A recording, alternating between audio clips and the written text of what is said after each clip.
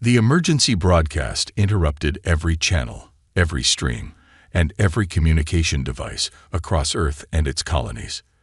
The footage from Baker's shuttle played without warning or introduction. For 23 minutes, humanity watched in collective horror as their children died. In New York, the streets fell silent. In Beijing, crowds gathered in stunned disbelief. In Moscow, parents held their children closer.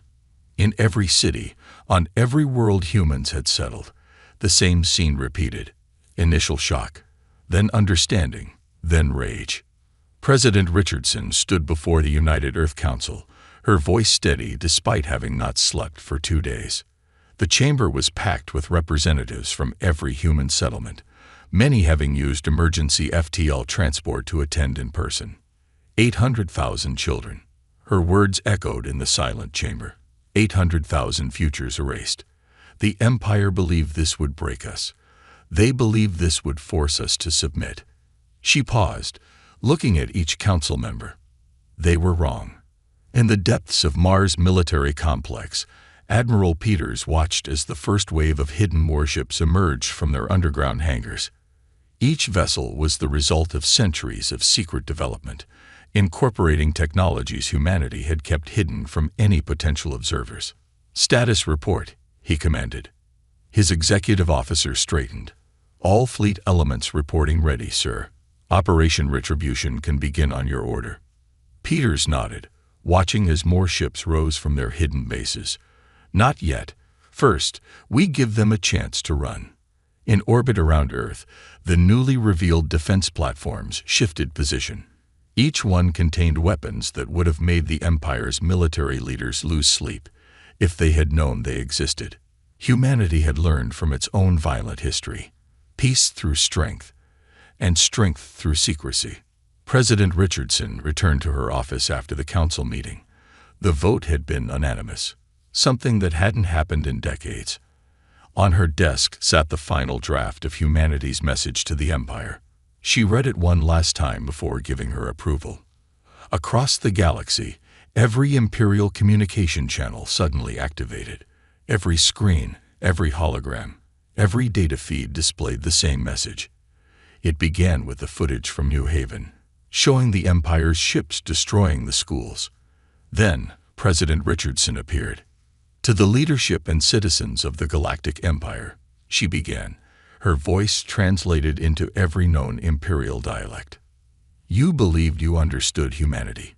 You believed you could predict our response. You were wrong." The message continued, showing footage of humanity's revealed military might. Ships that dwarfed Imperial vessels. Weapons that made their technology look primitive.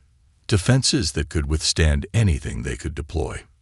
"We had hoped to join the galactic community in peace," Richardson continued. "We kept our true capabilities hidden to avoid appearing threatening. That was our mistake. Now, you have made yours." In the Imperial Palace, the High Counselor watched the message with growing dread. Behind the human president, he could see ships, hundreds of ships, that shouldn't have been possible for such a young species to build.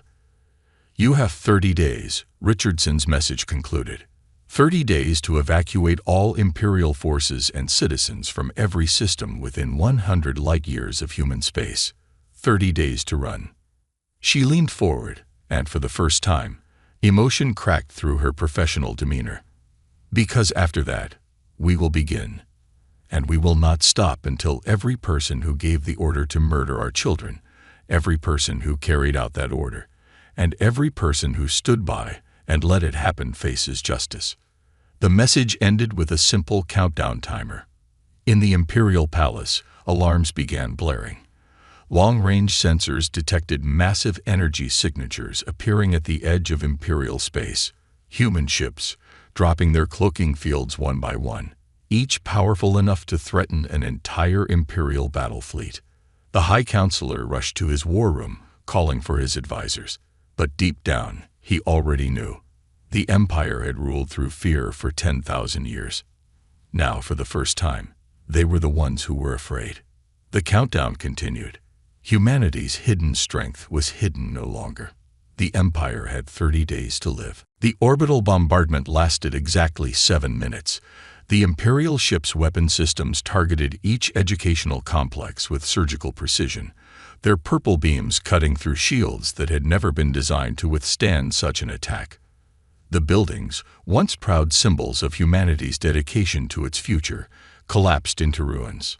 In the wreckage of Complex 7, Mr. Wilson lay beneath a fallen beam, his last act having been to push as many students as he could toward the emergency tunnels. The evacuation protocols had activated too late. Far too late. On the bridge of the Imperial flagship, the High Counselor watched the destruction with cold efficiency. "Status report," he commanded. "Primary targets eliminated," his weapons officer responded. "Estimated elimination rate, 99.7%. The High Counselor nodded. "Send the message to Earth. Let them understand the price of advancing too quickly." In orbit around New Haven, a small maintenance shuttle drifted behind one of the planet's moons. Inside, the pilot, John Baker, watched his sensor readings in horror. He had been performing routine satellite repairs when the attack began. Now, he was the only one with direct footage of what had happened. "This is Baker," he whispered into his communication device. "Emergency Protocol Delta. Transmitting data burst to Earth Command. The Empire. The children. All of them." His hand shook as he activated the quantum transmission. The Empire's ships hadn't detected his small vessel, too focused on their primary mission. The data would reach Earth in minutes, traveling through the quantum network humanity had secretly built between its colonies. The Imperial Council gathered in their secure chamber after the attack. Holographic displays showed the destruction they had caused, and reports scrolled past showing casualty numbers that would have horrified any human observer. "The deed is done," the High Counselor announced. "Now we must prepare for their response. Their military will be angry, but without their next generation of innovators, they will remain manageable." A junior counselor raised his hand. "Should we not simply eliminate them entirely? They might seek revenge." The High Counselor waved dismissively. "They are a minor species with limited fleet capacity. Our intelligence shows only a handful of defensive vessels in their entire territory. They focused all their resources on education and civilian infrastructure. A tactical mistake." On Earth, the quantum transmission arrived at Military Command Headquarters. General James Martinez stood in the central command room, surrounded by his top officers, as they watched the footage from Baker's shuttle. The room was dead silent except for the occasional sob or gasp of horror. Martinez's face showed no emotion as he watched the educational complexes turn to ash. When the footage ended, he turned to his communications officer. "Get me the president.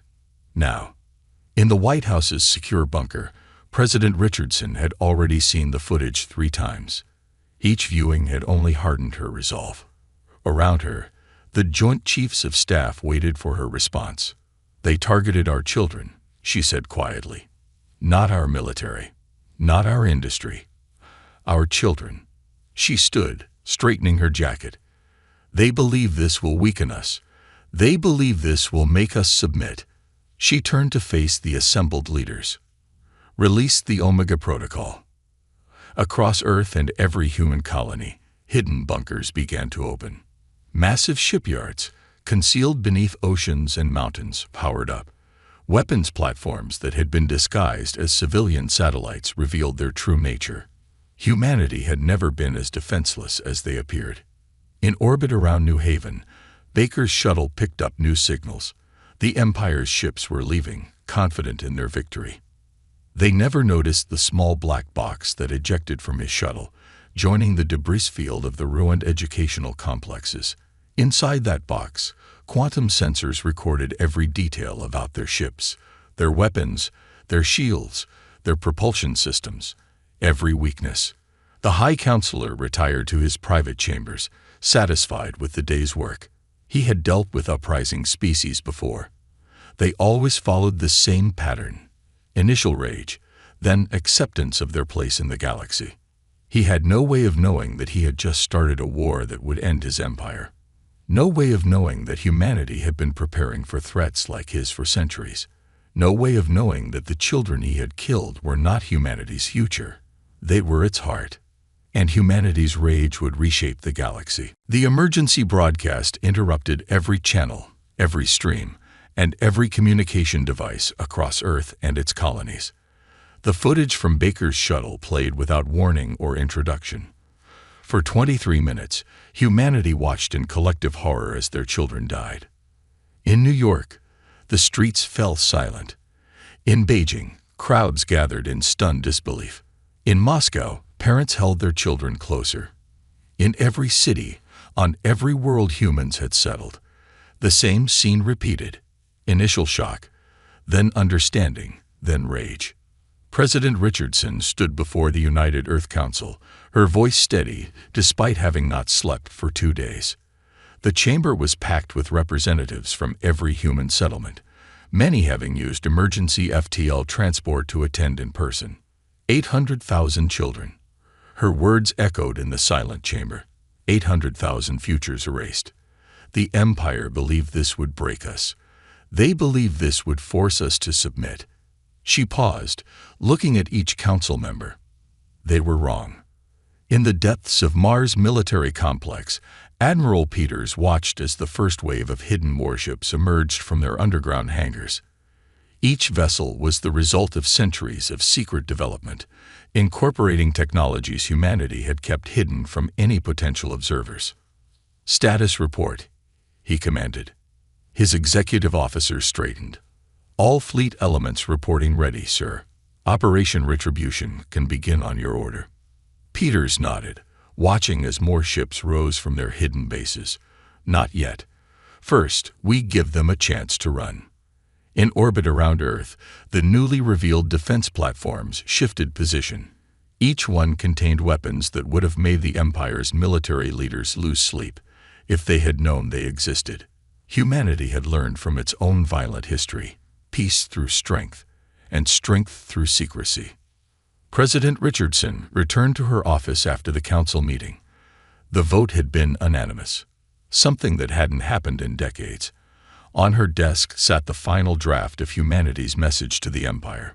She read it one last time before giving her approval. Across the galaxy, every Imperial communication channel suddenly activated. Every screen, every hologram, every data feed displayed the same message. It began with the footage from New Haven, showing the Empire's ships destroying the schools. Then, President Richardson appeared. To the leadership and citizens of the Galactic Empire, she began, her voice translated into every known Imperial dialect. "You believed you understood humanity. You believed you could predict our response. You were wrong." The message continued, showing footage of humanity's revealed military might. Ships that dwarfed Imperial vessels. Weapons that made their technology look primitive. Defenses that could withstand anything they could deploy. "We had hoped to join the galactic community in peace," Richardson continued. "We kept our true capabilities hidden to avoid appearing threatening. That was our mistake. Now, you have made yours." In the Imperial Palace, the High Counselor watched the message with growing dread. Behind the human president, he could see ships. Hundreds of ships that shouldn't have been possible for such a young species to build. "You have 30 days, Richardson's message concluded. 30 days to evacuate all Imperial forces and citizens from every system within 100 light-years of human space. 30 days to run. She leaned forward, and for the first time, emotion cracked through her professional demeanor. "Because after that, we will begin. And we will not stop until every person who gave the order to murder our children, every person who carried out that order, and every person who stood by and let it happen faces justice." The message ended with a simple countdown timer. In the Imperial Palace, alarms began blaring. Long-range sensors detected massive energy signatures appearing at the edge of Imperial space. Human ships, dropping their cloaking fields one by one, each powerful enough to threaten an entire Imperial battle fleet. The High Counselor rushed to his war room, calling for his advisors. But deep down, He already knew. The Empire had ruled through fear for 10,000 years. Now, for the first time, they were the ones who were afraid. The countdown continued. Humanity's hidden strength was hidden no longer. The Empire had 30 days to live. Day 1 of the countdown began with the largest military mobilization in human history. Hidden shipyards on every colony activated, revealing vessels that made Earth's revealed fleet look small in comparison. From beneath Mercury's surface, automated factories that had worked in secret for decades brought forth weapons that defied imperial understanding. Admiral Peters stood on the bridge of humanity's new flagship, the Retribution. At 3 times the size of the largest imperial dreadnought, it represented everything humanity had kept hidden. Around his ship, the first wave of the human fleet gathered. "Production report," he called out. His logistics officer responded promptly. "All Phase 1 facilities at maximum output, sir." The Mars shipyards alone are completing 1 heavy cruiser every 6 hours. Jupiter's defense platforms will be fully operational in 3 days. In the imperial capital, panic had begun to spread. The High Counselor watched as reports flooded in from their border worlds. Human ships appeared and disappeared at will, their stealth technology making mockery of imperial sensors. They weren't attacking. Not yet. They were watching. Waiting. "Impossible," the Imperial Defense Minister muttered, reviewing the sensor logs. "Their ships are using drive systems we've never seen, weapons our shields can't identify. How did we miss this?" The High Counselor had no answer. Their intelligence had been thorough, or so they'd thought. They'd seen primitive colonies, basic ships, minimal defenses. Now they realized they'd seen only what humanity wanted them to see. Back on Earth, in the depths of the Rocky Mountain Command Center, General Martinez oversaw the deployment of ground forces. Powered armor suits, each making the standard Imperial Walker look like a child's toy, marched into massive transport ships. "Sir," his aide reported, "the first wave of infantry is ready. Orbital drop training completed. All units equipped with Phase 3 weapon systems." Martinez nodded. The Empire had no idea that human infantry could tear through the hull of a capital ship with their bare hands. The powered armor wasn't for protection. It was for restraint. In orbit around Saturn, research stations that had been disguised as ice mining facilities revealed their true purpose. Dr. Helen Anderson, head of Project Nemesis, presented her findings to the military command. The Empire's shield technology has 17 major vulnerabilities, she explained, highlighting points on a holographic display. Their FTL drive can be disabled with a properly tuned gravity pulse. Their command and control systems are centuries behind our quantum networks. The Empire's intelligence services scrambled to understand their miscalculation. They intercepted communications, probed borders, and sent spies. But humanity had learned from its own history. Every transmission was encrypted with systems beyond imperial understanding. Every border was watched by sensors they couldn't detect. Every spy found themselves chasing shadows. Day 15 arrived. The High Counselor called an emergency session. "Surely they're bluffing," one council member insisted. "No species could hide such military might." "It's impossible." The High Counselor gestured to the latest reports. 3 Imperial heavy cruisers had attempted to probe human space. They'd vanished without a trace. No debris. No distress call. Simply gone. On the Retribution, Admiral Peters received the daily readiness report. Every ship was crewed. Every weapon was primed. The fleet exercises had shown that human forces could cut through Imperial defenses like paper. "Sir," his communications officer called out. "Message from Earth Command. President Richardson wants to know if we need the full 30 days. Peters looked at his fleet status display. Humanity had spent centuries preparing for threats from the stars, not out of paranoia, but out of prudence. They'd hidden their strength, hoping they'd never need it. Now, that strength would be revealed in full. "Tell the President we'll be ready on schedule," he replied. "The Empire has 15 more days to run. In human space, the shipyards continued their work. The armies continued their preparation. The scientists finalized their targeting data. Everything was precise, measured, calculated. Because this wasn't about revenge. This was justice. And justice, humanity had learned, was best served not in anger, but in cold, methodical certainty. The Empire had 15 days left to understand their mistake. 15 days to realize why targeting children had been their final error. 15 days until humanity showed the galaxy why they'd hidden their strength for so long. Day 31 began with silence. Across human space, every ship, every station, every military facility went quiet. For 1 minute, they remembered the children of New Haven. Then the silence ended. Admiral Peters stood on the Retribution's bridge as the massive fleet jumped to FTL. The new quantum drives humanity had kept hidden allowed them to bypass the Empire's early warning systems completely. One moment, human space was filled with warships. The next, they were gone. The first Imperial border station never even saw what hit it. 1 second it was there. The next it had been surgically removed from space, its crew finding themselves in human detention cells before they could raise the alarm. First wave complete, Peters' tactical officer reported. No casualties. 23 Imperial installations captured intact. Their quantum data cores are being decoded now. In the Imperial Palace, the High Counselor was awakened by frantic aides. "My lord, we've lost contact with the entire 7th Defense Sector." Before he could respond, more reports flooded in. The 8th Sector, the 3rd, the 12th. One by one, Imperial defense lines simply vanished. No distress calls, no debris fields, just silence. On the bridge of an Imperial dreadnought, Commander Vax watched in horror as human ships appeared inside his formation. Their vessels moved in ways that violated everything he knew about space warfare. They didn't use energy shields.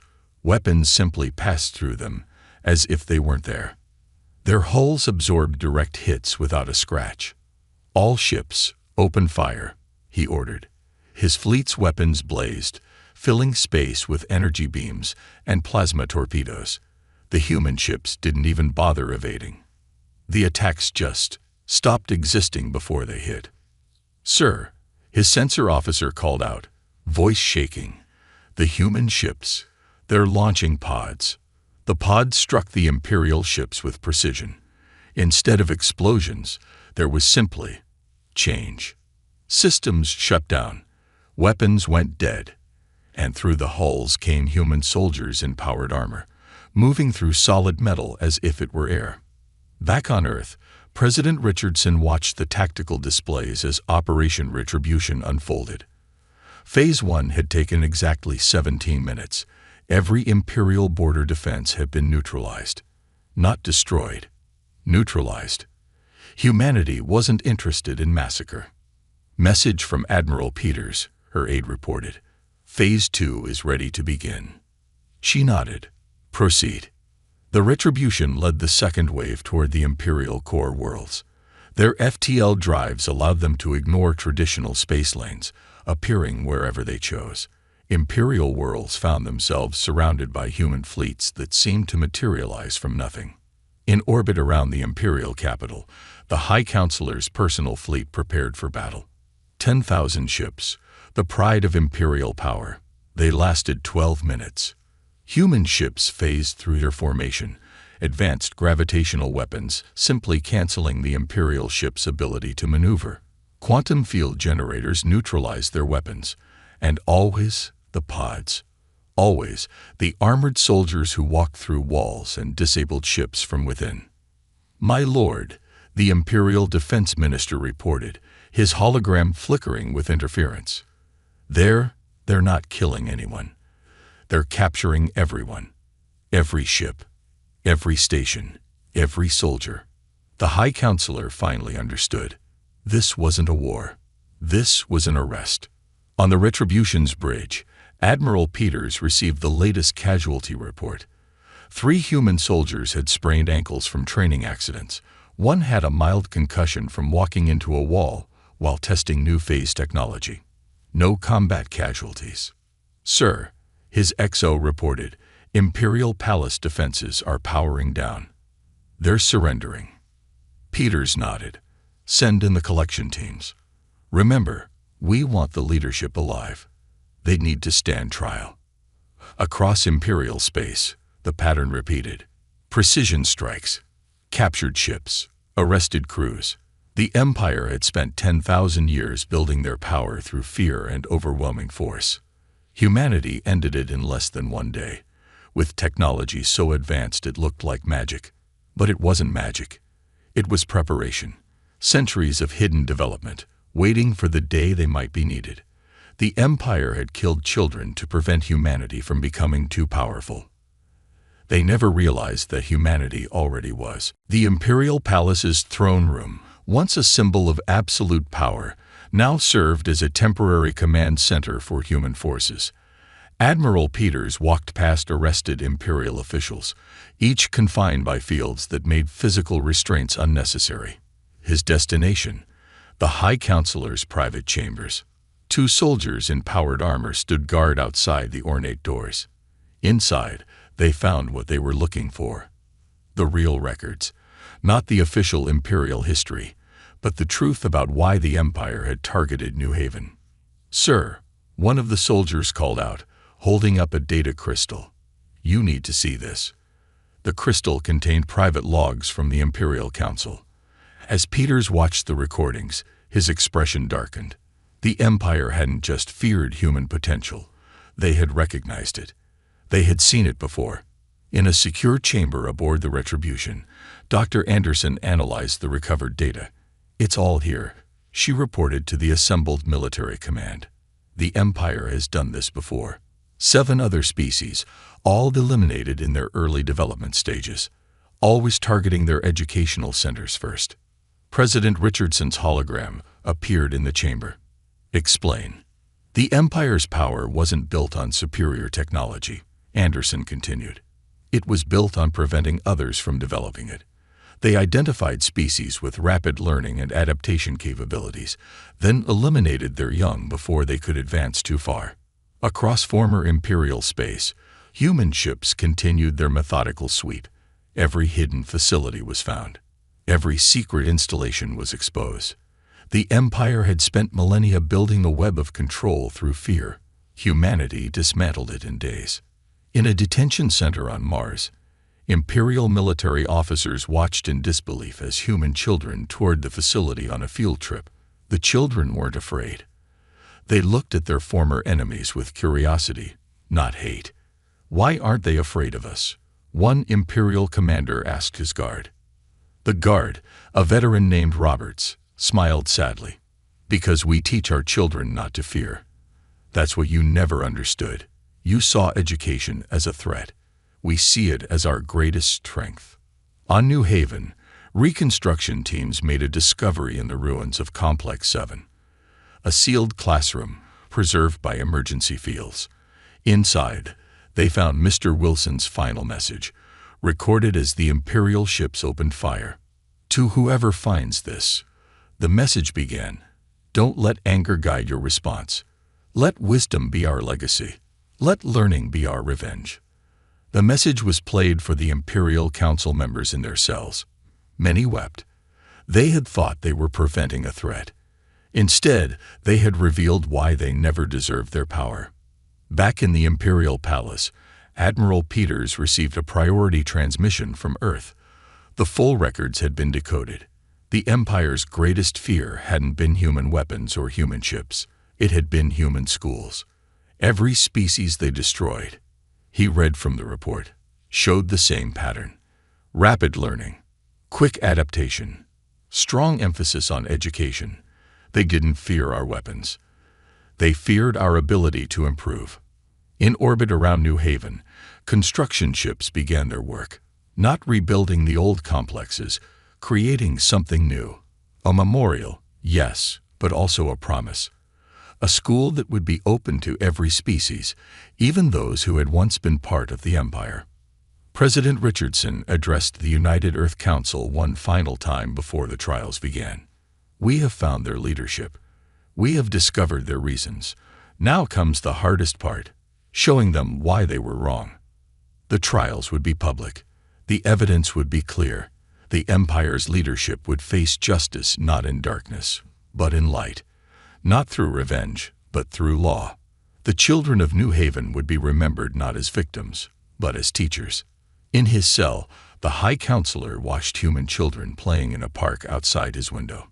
They were laughing, learning, growing, freed from fear, freed from the shadow his empire had cast across the galaxy. Finally, he understood. Humanity hadn't hidden their strength in weapons or ships. They had hidden their greatest strength in plain sight. Their unwavering belief that knowledge, shared freely, was the true path to power. The Empire had tried to stop humanity from teaching their children. Now, humanity would teach the galaxy. 5 years after the fall of the Empire, the New Haven Memorial Academy opened its doors. Built on the site of the former educational complexes, its spires reached toward the stars, not as a show of power, but as a symbol of hope. Admiral Peters, now retired, stood with President Richardson as they watched the first students arrive. Children from 100 different worlds, including former Imperial worlds, walked together through the Academy's gates. "Did we do the right thing?" Peters asked quietly, watching an Imperial child helping a human student with their bags. Richardson smiled. "Look at them. That's your answer." The trials had ended 2 years ago. Imperial leadership had faced justice not through revenge, but through education. Their punishment, to teach in the schools they had once feared, to learn why their fear had been their greatest weakness.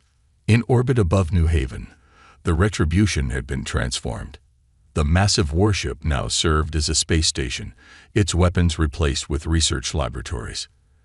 Dr. Anderson's team had turned the ship's quantum computers toward peaceful purposes, solving problems that had plagued the galaxy for millennia. Another breakthrough, she reported to the United Galactic Council. The Empire's gravitational research, combined with our quantum technology, has opened new possibilities for terraforming. Dead worlds can live again. The council chamber itself reflected the new order. Representatives from every species, human, former Imperial, and those who had hidden from the Empire, worked together. Fear had been replaced by cooperation, secrecy by openness. On Earth, in the new Museum of Galactic History, a special hall had been dedicated to the children of New Haven. But it wasn't a memorial of sorrow. Instead, it showed their dreams, their hopes, their unfinished homework. Their legacy lived on in every new discovery, every shared insight. "You see," a human teacher explained to a group of mixed-species students, "the Empire thought they could stop progress by stopping education. They didn't understand that knowledge can't be killed. It grows, spreads, evolves."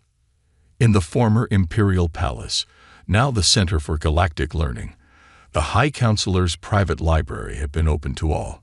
Scholars from across the galaxy studied there, learning from the past to build a better future. Mr. Wilson's final message had become the center's motto, carved in every known language above its doors. "Let wisdom be our legacy. Let learning be our revenge." The Protected Species Act, humanity's first galactic law, ensured that no developing civilization would ever again face destruction for their potential. Instead, they would be guided, supported, welcomed. "We found another," a scout reported to the council.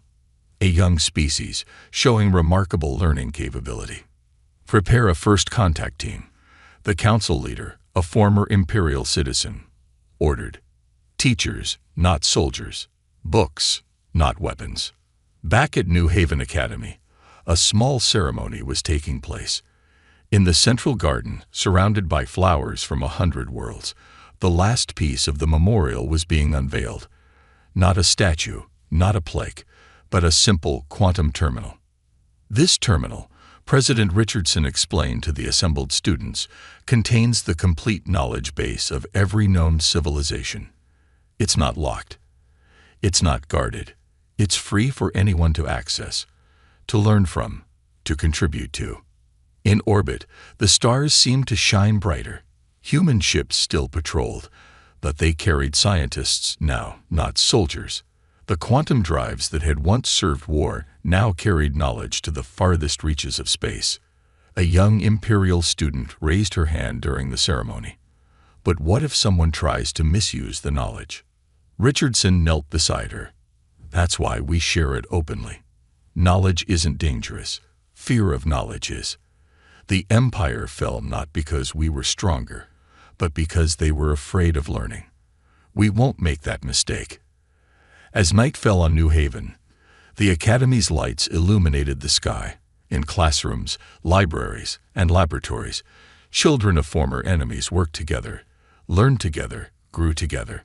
The Empire had tried to stop the future by destroying the school. Instead, they had helped create a university for the entire galaxy. Knowledge, humanity had proven, was the greatest power of all.